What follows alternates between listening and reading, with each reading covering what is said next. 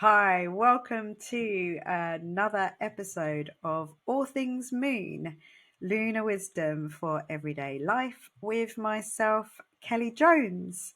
And yes, I know it's been a little while. So if you were listening to the last episode, this is episode number 43. So if you listened to number 42, you would know that I was having a lovely weekend mini breathe break last weekend down in Cornwall. So Cornwall, if you're not from the UK, is down in the southwest. It's down the bottom of the UK in the little pointy bit down there. And there's no motorways down there. So that's one of the reasons. I live on a main road on a set of traffic lights here in the middle of Chelmsford City. And I had bought a couple of flights for Tom's birthday present back in February. But actually, truth is, I really needed a break myself from the city, from the grime, from the pollution, and to get some sea air. And we were staying at a place called Sea Spaces Hotel, which is just like staying in an Airbnb in your own swanky little apartment, with a sea view inside a hotel. So we had many of the luxuries that a hotel comes with. There was a cafe, restaurant, swimming pool, beautiful swimming pool, and jacuzzi, which we had access to. And there was a yoga going on in the morning. So I was up for 8 a.m. sunrise yoga on the Saturday morning. And where we were was just over the road from Porth Beach. And if we turned left or right, we were on the coastal sea walk. So left to go to Newquay and right to go to Watergate Bay, where all the surfers were. And we were hugely blessed by the weather. The weather forecast really wasn't that good. So we went prepared mentally for it to be wet and rainy. And we only had one bit of rain, which was while I was doing yoga on the Saturday morning, and it cleared up and we had sunshine the whole time we were there. So still chilly, but beautiful in the sun. So we actually got to sit down on the rocks on the beach and watch the surfers and go for walks and a mini breathe break. And it really did be good because that was, pre coming up to the eclipse in Virgo and all these retrogrades that we've got going on. So forgive me if you see me looking down all the time. I have got some notes here because there's quite a bit to get through and to remember to tell you.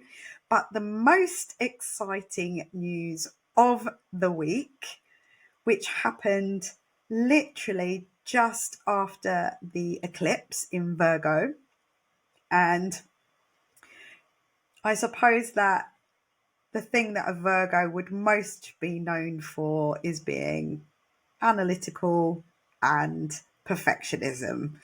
So the Virgo eclipse was a call for us to move away from the need to be perfect.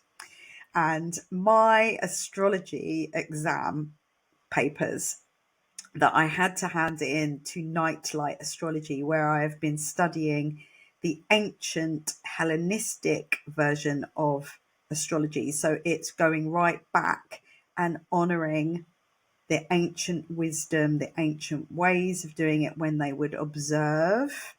So it was the rationality and science of things, but it also integrates the modern way of doing things.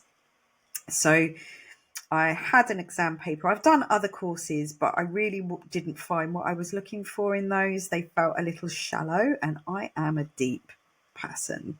I need the bigger picture. I need the philosophical side of things, something with more depth, something I can really dive into. And whoa, it really has been diving into the deep end. And I handed in my exam papers a few weeks ago, finally, after lots of perfectionism going on. And just after that lovely release that we got from that, on that Virgo eclipse, I received my exam results, which was on, I do believe that was on Saturday night. And it was, yes, because I had done a lovely moon ceremony previous to that, and I was still kind of winding down from a lovely moon ceremony. It was around about midnight, and I have been glancing at my emails, waiting for my result to come through with increasing self-doubt and increasing imposter syndrome. And there it was, the email saying, congratulations, you have passed. And I passed with flying colours, super good feedback. There was probably only one thing in there that I kind of missed, which, to be honest, I hadn't originally missed it, but keep going back over things. Of course, in the end, something got missed out, as it always will do, because there is so much to consider. There are so many possibilities there can be from a blank chart in front of you. Well, I say a blank chart, it was an anonymous chart that was having to read. And the chart had no date, no time, no year, no place, no male, female, nothing. Just the original 7 planets on a chart as they had been at the birth of this anonymous person. And we had a lot of either technical or intuitively interpretive questions on there. And I am very proud to say that apparently I was right on the money, and I managed to see in there somewhere that my strong feeling was that it was a man. I didn't actually say that on my papers, but I really strongly felt that it was male energy, and quite possibly a psychologist. Lots of hidden underworld kind of stuff there that was hidden. And it turns out that he was a well-known psychologist that was known for his studies on psychedelics. Well, so I am feeling very confident and very happy and truly blessed to have found Nightlight Astrology. I want to give them a shout out. Adam Ellenbass, it's his company. He's got a team, and they make hard stuff easy. And talking of that, this weekend coming up, I'm going to London for the weekend to do another Strala Yoga intensive training weekend. I have actually done this particular training before, but as things always evolve, I'm sure it won't be the same. Last time I did it, I was in New York. This time I'm doing it in London. Going to be meeting up with some of my lovely Strala family. Strala Yoga is all about making hard things easy.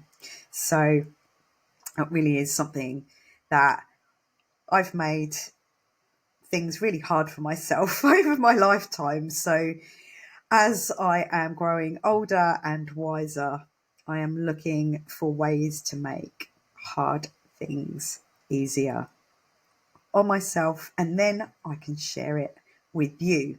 And talking of sharing, I'm going to request this at the beginning, because if I do ever mention it, I'm always a little bit shy about self-promotion, but if I do ever mention it, I always mention it at the end. But I'm going to mention it now whilst you're still with me, in case you have to leave. Please, could you press the subscribe, follow, like buttons to help get this out to more people. This is how my channel can grow, and this is how I can do more birth charts for more people and share this information for free for those who can't come to me and maybe pay for it, so they can get to understand it over time. As we know, a reading is kind of like, going fully in. Listening to the podcast is tapping in and coming to a moon ceremony is somewhere in between, where we give you a lot more information and we dive into our own stuff together a lot more. So the last moon ceremony was wonderful. We did some really deep journaling on this one, and as always, the oracle spoke and backed up what we were consciously thinking about and questioning and diving into. So much coming up. So we've just had, as I've said, an eclipse, and that was a total lunar eclipse, blood moon, where the moon shines red for a certain amount of time. That would have been visible over America and Mexico, not here in the UK. And we are coming up to a second eclipse, which will be a solar eclipse, not quite as intense and potent as the last one. Phew. This is a solar eclipse in the sign of Aries. So where we have the north and the south nodes, that is where the eclipses are. So in the last 18 months, the eclipses were in Aries and Libra. And now those nodes are moving into Virgo and Pisces. So this is the very last one of that Aries Libra eclipse axis. So it's what we're now leaving behind and moving on from. And now we're moving into the north node being in the sign of Pisces, the south node being in Virgo. So hence the south node is it's to do with patterns and habits and programs and ancestral stuff that we are needing to heal and move away from. So with Virgo, I mentioned perfectionism as being one of those that need to be so perfect, all these filters that we put on so that we look perfect on screen. You know, I've got my greys coming through, my hair needs doing. As you can see, as Mars is slowly moving out of my sun sign of Cancer, my hair is getting less red and more pink as I get less angry and more heart open. I jest about this because Mars has yet to go over my Mars yet. So it's still on its way out of Cancer. My Mars on my birth chart is at 23 degrees and Mars has not quite made it there yet. I think it's the 30th and the 1st of April Fool's Day, that is going to cross over. Mars, for me personally, highlights my 8th house of anything to do with money and other people, to do with inheritance, debts, things like that. Just previous to the eclipse, we had the Sun conjuncting Saturn. So the Sun is still in Pisces, moving through the sign of Pisces, and has come across Saturn. So as that happened, even though I knew about it, I got the sudden call to call my friend who is an accountant to ask her if she could help me with something that had been hanging over my head. It's not actually a debt. I think it's a mistake, when the computer has not taken you off of the system. So you're still getting these things. And so it doesn't matter about the details, but I stepped up, put my adult shoes on, contacted, and I've had that meeting today actually before recording this. I needed to get that out of the way before I could sit down and do this and feel some sense of relief.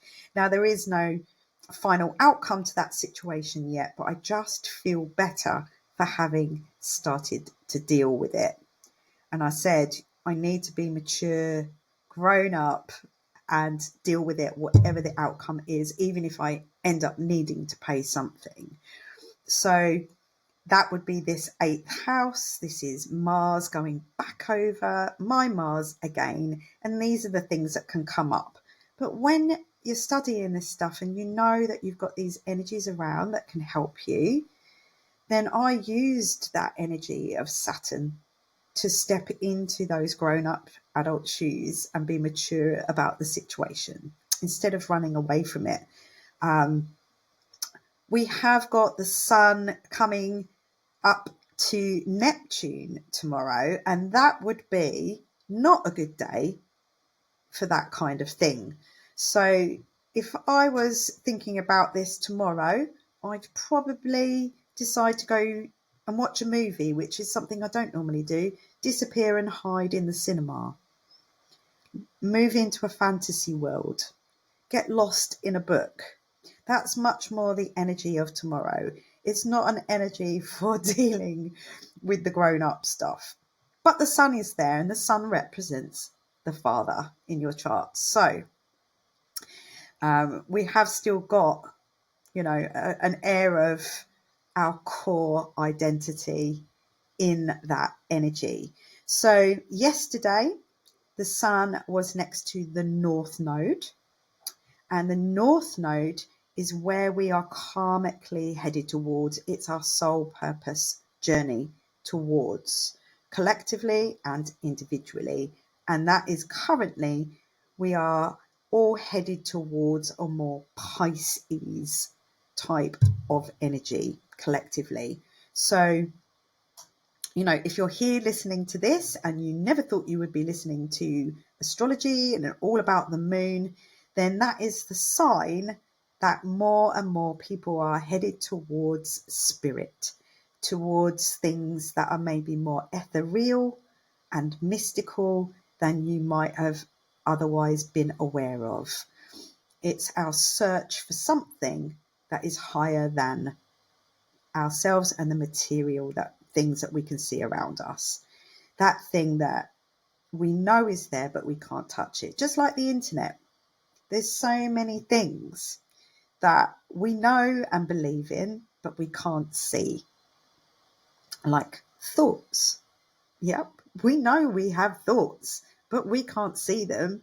So we know they're real. Are they real? Oh, let's not get into that discussion. Anyway, are they our thoughts? So we have the sun yesterday conjunct the North Node in Pisces. And then tomorrow the sun's going to be with Neptune.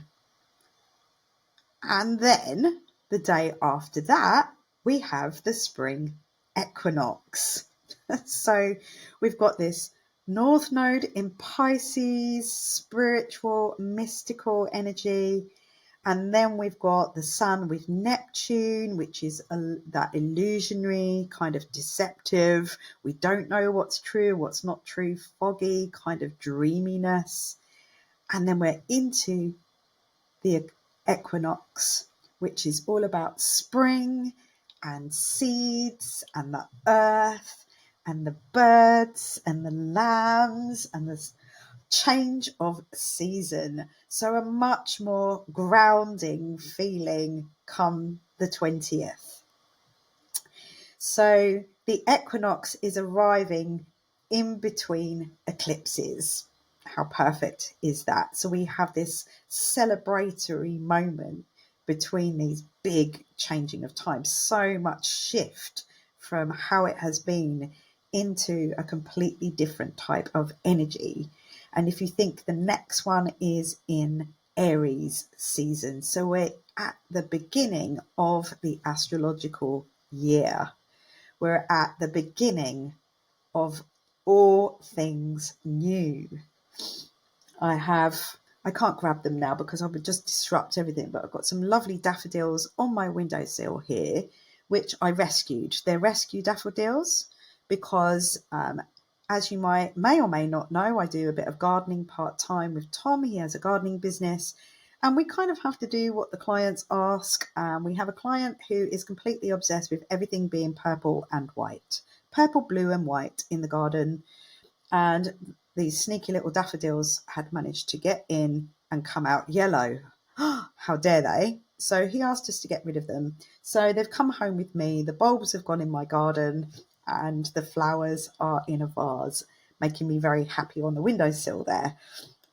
So the equinox energy between these eclipses is going to help us find our center. is going to help us to center ourselves, to ground ourselves before the activation of more crazy things to come during the Venus retrograde, and now 1 hour after the eclipse in Virgo that we've just had, Mercury, the trickster, turned retrograde. So I think we're feeling, I don't know about you, but I'm really experiencing the Venus retrograde much more so than the Mercury. Mercury turns retrograde 3 times a year, so it is something that we're kind of used to. Those that don't know anything about this are definitely used to it. You know, they don't even know. They just think, oh God, my computer's not working. My data has got lost. My travel plans have gone wrong. But these are kind of things that we get used to. If you don't know about it, then you can't utilize it. So Mercury retrograde, really good time for going back over and redoing things. Venus retrograde is a bit like the 40 days, 40 nights scenario. So my friend Louise Simpson, she is a professional organizer. She is running a 40 days of clearing one thing out a day of your belongings. She was doing that to tie in with Lent. But we've got equinox, we've got eclipses. But what more reasons do we need to be given to get rid of some stuff and cleanse our space? That is what that Virgo moon and eclipse was all about, was what can we clear away? How can we cleanse and purify our energy field, our aura, our internal physical body, because it's earth. Virgo is very much to do with health, alternative health, our bodies, our well-being, our self-care. Self-care, I feel, is to get rid of clutter and things that are hanging over you, that are making things feel heavy. One thing a day. What can you get rid of one thing a day? And does it need to be necessarily a material thing? So it could be something that's sitting in an envelope that you're not addressing. And I don't mean writing the address on the envelope, although it could be something you're supposed to be sending. Probably don't send something during a Mercury retrograde, wait until afterwards, because it might not get there. But something that you're not confronting is what I'm meaning. So could you get rid of that? How could you cleanse what's hanging over you, the smog and the fog of this Neptune energy? How can we clear it? So this eclipse has come along to help us with that. But the Venus retrograde in Aries in particular, I feel is activating stuff around the heart opening. Now, I did a astrology yoga class last Friday morning on the day of the eclipse. And then I did, Tom and I held a gong bath in the evening for the full moon eclipse. And at both sessions, I took the Colette Baron Reid's Oracle of the Sevens cards. I don't get anything for promoting her, by the way, but I'm just telling you what cards I've got there. I took the Oracle of the Seven cards with me to both events, and, you know, always have a very good shuffle and everything, but the same card came out twice. So I am just going to share this with you. Now, if you are just listening on audio, sorry that you can't see it. I had a very disgruntled message from somebody that she couldn't see the cards because she was listening to the audio, but you can on Spotify and YouTube see this on video as well if you wanted to actually see the cards. So this is the broken open card. And she's sitting in a lotus flower, and there is light coming from her heart space and also from her third eye, and she's surrounded by stars. But it's the broken open card. And I feel like I've heard of so many people that no matter how much they've tried to hold it together, things are breaking them open. And collectively, I feel that we are having to be broken open. This Pisces energy that we are heading towards, the highest expression of Pisces is compassion and return to spirit. Compassion. If our hearts are shut down, we cannot feel compassion. It's very, very hard if we've shut down our hearts. I've just recently lost a friend whose heart shut down. She had an embolism of the heart. We're hearing of so many people that are young. She would have been 55, whose hearts have stopped beating. But I see so many people around me when I walk on the streets and walk through town, in the shops, wherever we might be, and I see so many people that are just seemingly vacant, empty, shut down. Their feelings, where are their feelings? Where is their imagination? Where is the magic? I'm just going to read you the last line from this card, Broken Open. Love the you that is the result of being broken open by life's challenges and lessons. Love the you. Now, Venus in retrograde in the sign of Aries. Aries, the I am. Venus, love, beauty, values, worth, how we value ourselves. Also to do with money, but I feel like because of the Aries, it's the I am. What house area any of this falls in your chart would determine much more as to whether it would be around your finances or not. I know for me personally, this is in my 5th house. The 5th house, the pursuit of pleasure, of joy, of fun, creativity, self-expression. I feel like this eclipse and me finally getting my exam results has released some of that need to stop doubting myself for not being perfect enough to do this, to share this with you, to read your charts, to intuitively understand. I'm 54 years old, for God's sake, Kelly. I am wiser and older, but it's around values, how we value ourselves, our self-worth. Reviewing also. Think of Aries. Aries can be very assertive, very self-assertive. They come in, steam in and give their opinion, no matter what. So it could be of how we assert ourselves, but particularly in our relationships, in love.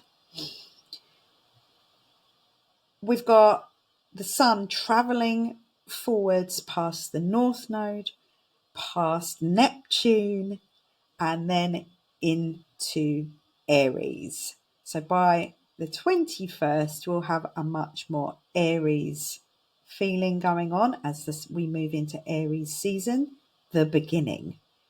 But we've got Venus and Mercury traveling backwards. So as the sun crosses over the bridge to Aries, we've got Mercury and Venus coming back over the bridge into Pisces. So we've really got this, an ending, a beginning, an ending, a beginning going on. So that liminal space that I was talking about in the last episode, we're still kind of in that. We're still in this to and fro between the ending and a beginning. And the Strala Yoga theme tune, if you remember, I went to a gig in London a few weeks ago to listen to a composer, an artist called Dustin O'Halloran. Our Strala Yoga theme tune is an ending, a beginning. So I've played that even at our gong bath the other night, which I wouldn't normally play that there, but I played it there as well because I felt it was really appropriate, beautiful, emotive piece of music.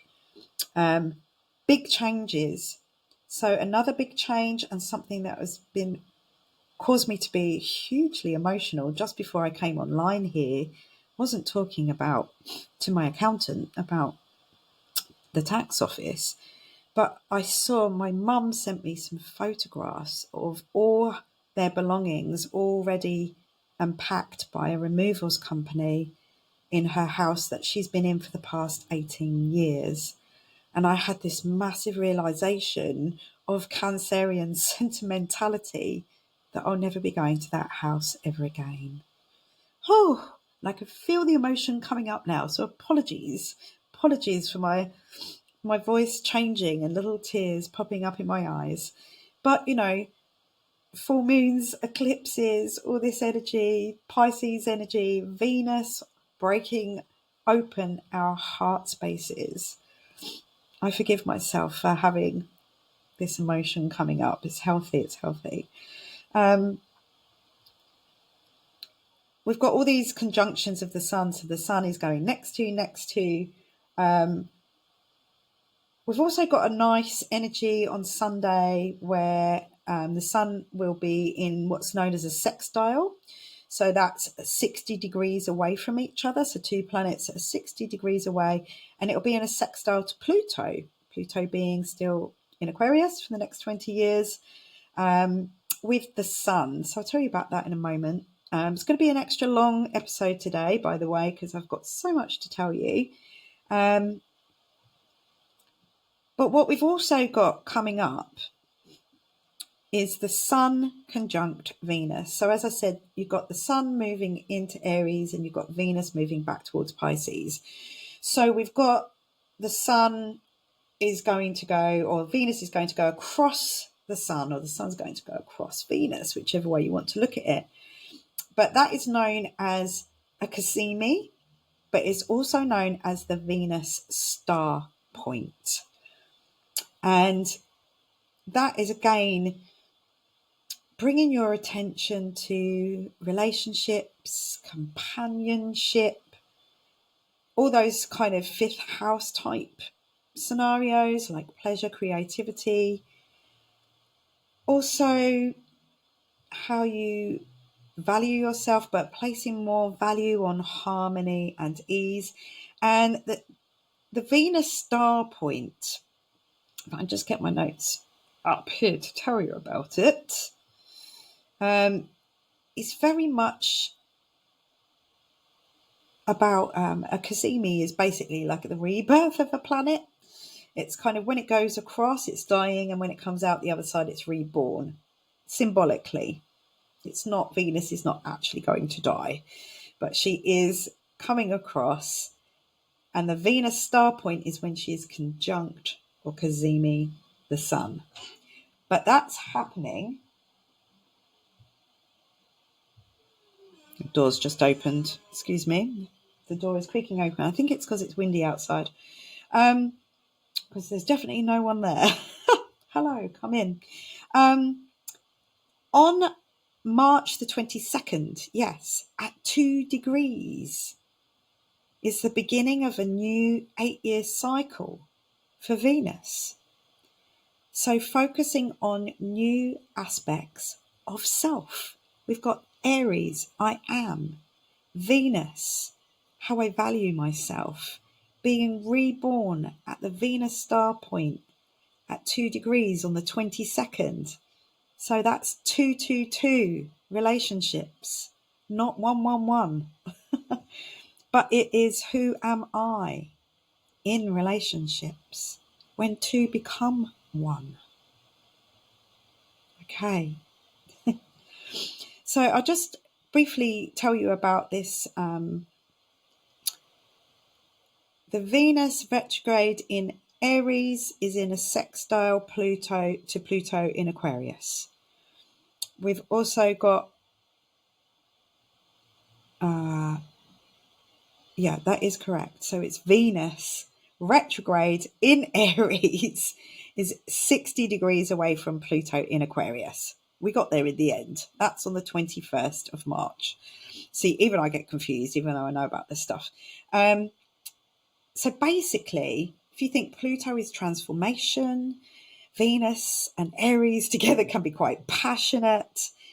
A sextile is a harmonious and very beneficial aspect. So this should bring a flow of energy that can lead to much more harmonious outcomes, particularly around those relationships, even if it's a relationship with yourself. This is where we're looking at. But remember that Aquarius is very unorthodox in the way that it does things. It very rarely does things the way that others do.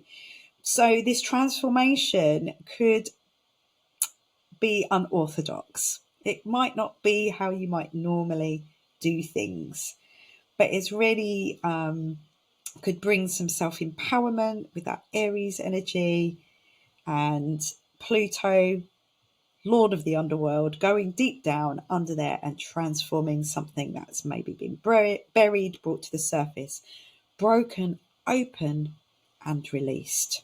This is the energies of now. So with the forwards backwards motion of Venus, this is the second of 3 opportunities if you tap into this energy of the Pluto Aquarius, because obviously it's going back and then it's going to go forwards again. So we'll get a third one. So as we end at the beginning, the post-Virgo eclipse energy is to purify and cleanse. That may be our body, our mind, our aura. Virgo, the body, Earth, Mercury, the ruling planet, our mind, Pisces, the ethereal, our aura. This is where all of this energy is. Maybe even cleansing our home as Mars finishes up travelling through the sign of Cancer, which represents the mother and the home. So as we have the true beginning of the zodiac year, the newness of spring, all coming up, we've got Neptune's final leaving party in the sign of Pisces. So I think Mercury and Venus are going back for a party with Neptune, because he's going to be leaving Pisces after being there for 14 years. And that Neptune is at home in Pisces, is his home sign. Doesn't really want to move into Aries, but he needs to flee the nest and go off as a pioneer for new adventures and new beginnings. So he's been in his underwater kingdom of Pisces for 14 years. Apologies for the sirens, that door that opened by itself because of the wind. Now we can hear the sirens, which is why I keep it shut. But anyway, we're basically at the end. Just to, remind you, Mercury is retrograde. So back up your data.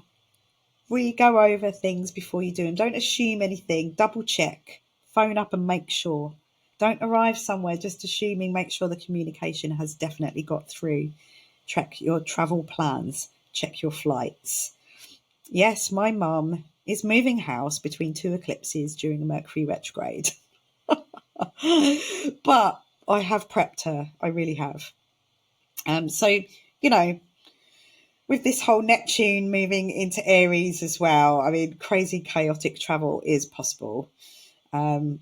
Because Mercury, I think, when does Mercury pops into Pisces on the 29th, 2 days after Venus.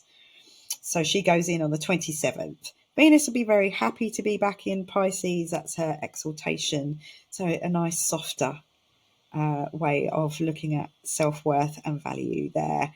Whereas in the Aries zone, it could be a little bit more harsh at what we need to look at. Bearing in mind as well that because Mercury is going back there, it is going to conjunct Neptune as well, as they're all passing each other. So that would focus your thinking and communications on spiritual topics, on mysteries, the occult and secrets.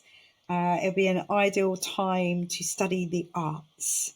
It will enhance your imagination and creativity, which I am all for. I'm going to be doing a lot more on that subject. Watch this space. I feel like one of my purposes within all of this is storytelling and imagination. So if there's anything that you would like to ask me to do, if you've got any ideas, if your imagination is going crazy and there's something you'd like me to do, to share, to teach you, to to bring into the world, then please do let me know.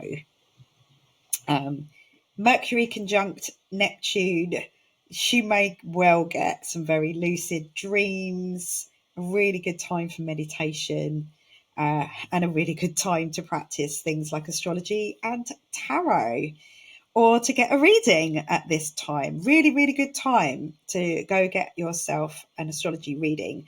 So what I didn't say at the beginning of this video, which I should have when I asked you to press the like, subscribe and share, is that to celebrate me finally having my certificates and being so happy about being able to share the ancient wisdom for the modern mystic Hellenistic astrology readings, birth chart readings for you. I am doing a 22% discount based on that 222 that we've got right back here when I was talking about the Venus star point.